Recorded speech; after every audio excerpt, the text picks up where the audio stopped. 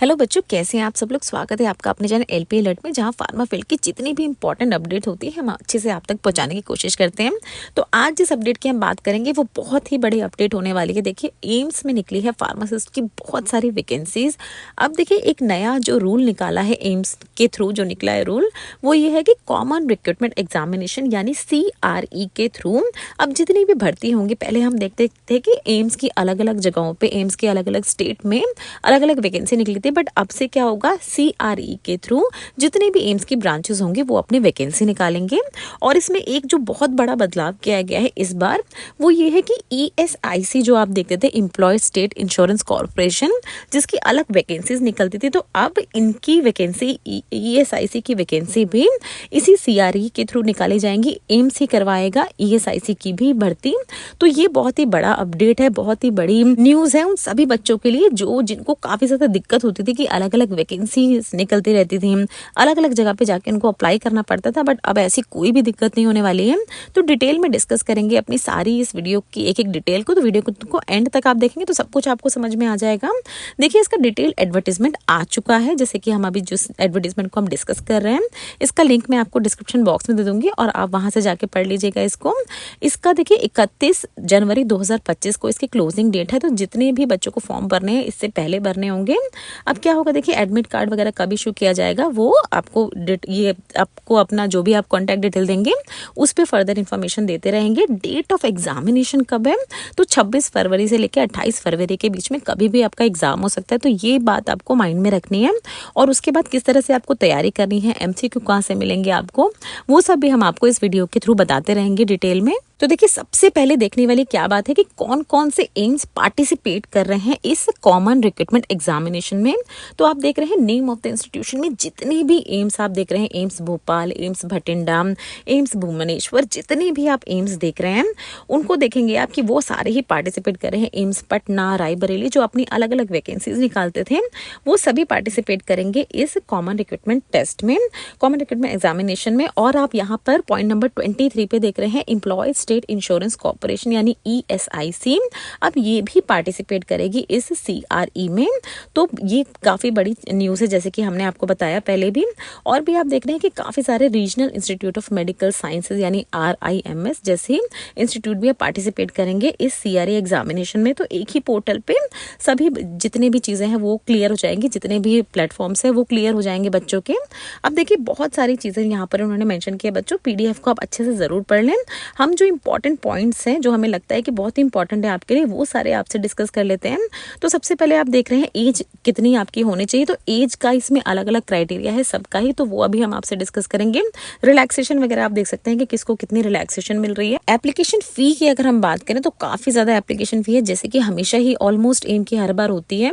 General OBC candidate जो है 3000 रुपए उनकी फीस रहने वाली है। SC ST के लिए ये 2400 रुपए है, और जो पर्सन विद डिसेबिलिटी है उनके लिए कोई भी फीस नहीं रहने वाली है। तो ये आपको याद रखना है कि किस तरह से आप फी पेमेंट कर सकते हैं। जब भी आप अपना फॉर्म फिल करेंगे तो डेबिट क्रेडिट कार्ड से कर सकते हैं। अब देखिए, सबसे इंपॉर्टेंट कैसा आपका टेस्ट ये रहने वाला है। तो देखिए, कंप्यूटर बेस्ड टेस्ट होगा ये आपका, 90 मिनट का ड्यूरेशन होगा। 100 MCQ आपसे पूछे जाएंगे, 400 मार्क्स के आपके ये MCQ होने वाले हैं।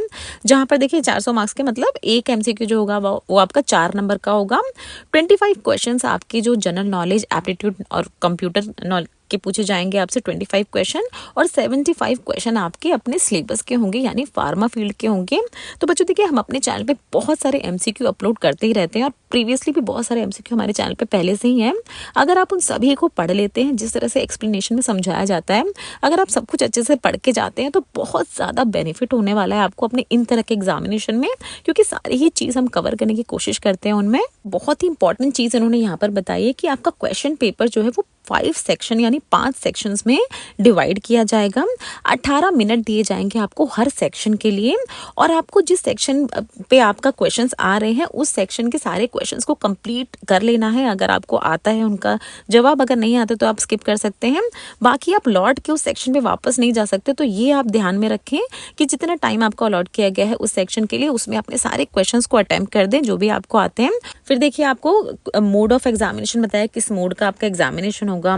क्वालिफाइंग क्राइटेरिया क्या रहने वाला है आपका, तो 1/4 आपकी नेगेटिव मार्किंग होगी अगर आपने गलत जवाब दे दिया है। अगर आप अनरिजर्व और EWS कैटेगरी के हैं तो 40% मार्क्स आपको लाने होंगे क्वालिफाई करने के लिए, और उसके बाद जो उनकी फर्दर जो इनकी कट ऑफ निकलेगी वो अलग है। 35% अगर आप OBC के हैं और 30% अगर आप SC ST के हैं। देखिए देखते हैं फार्मा क्या हमारी पोस्ट का नाम है, कौन से इंस्टीट्यूट में हमारी पोस्ट निकली है। एज लिमिट देखिए सबकी अलग अलग रहने वाली है, ये आपको याद रखना है। पे लेवल भी अलग रहने वाला है, उसी के अकॉर्डिंग क्वालिफिकेशन भी रहेगी। तो देखिए बहुत ही ब्रीफली आपको बताते हैं, बहुत सारी पोस्ट है, आप सबको अच्छे से पढ़ लें बच्चों। डिस्पेंसिंग अटेंडेंट की अगर हम बात करें तो एम्स पटना में निकली है, 21 से 27 साल इसकी एज लिमिट है। लेवल 4 का आपका पे रहने वाला है। डिप्लोमा इन फार्मेसी मांगा है आपसे, इसी तरह से एम्स रायपुर में आप देख रहे हैं।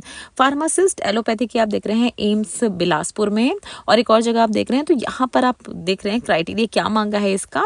फिर देखिए एम्स न्यू दिल्ली में रहने वाली है, 18 से 30 साल इसकी एज लिमिट है। यहाँ पर देखिए अलग हो गया है, 18 से 27 साल नहीं है। तो एज लिमिट को जरूर देखें आप, और क्या आपसे रिक्वायरमेंट मांगी है वो भी प्लीज जरूर देखें।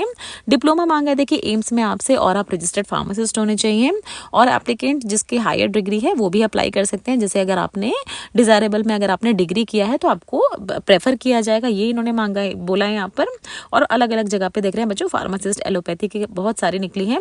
यहाँ पॉइंट नंबर 8 और 9 पे आप देख रहे हैं employee state insurance corporation Andhra Pradesh भी निकाल रहे हैं इसी CRE के थ्रू फार्मासिस्ट की वैकेंसी, जहां पर फिर से आपसे मांग रहे हैं डिग्री इन फार्मेसी आपके पास होना चाहिए। यहाँ पर देखिए डिग्री मांग ली इन्होंने फार्मेसी का, और senior secondary with diploma in pharmacy भी आपके पास होना चाहिए रिकॉग्नाइज्ड इंस्टीट्यूट से। उसलिए बच्चों तो आप देख रहे हैं कि जितनी भी ESIC की वैकेंसी है वो डिग्री इन फार्मेसी मांग रहे हैं विद डिप्लोमा इन फार्मेसी। तो ये आपको याद रखना है कि एम्स वाले सिर्फ डिप्लोमा मांग रहे हैं, बट ESIC वाले आपसे डिग्री विद डिप्लोमा मांग रहे हैं। तो ये चीज ध्यान में रख के आप अपना फॉर्म अप्लाई कर दें। अब देखिए लास्ट में देखते हैं कि कितनी पोस्ट रहने वाली है, जो भी हमने अभी वैकेंसी डिस्कस की।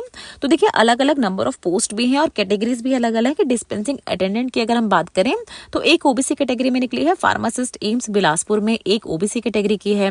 फिर देखिए न्यू दिल्ली में 8 अनरिजर्व कैटेगरी है, एक EWS कैटेगरी है। तो ये आपको याद रखना है।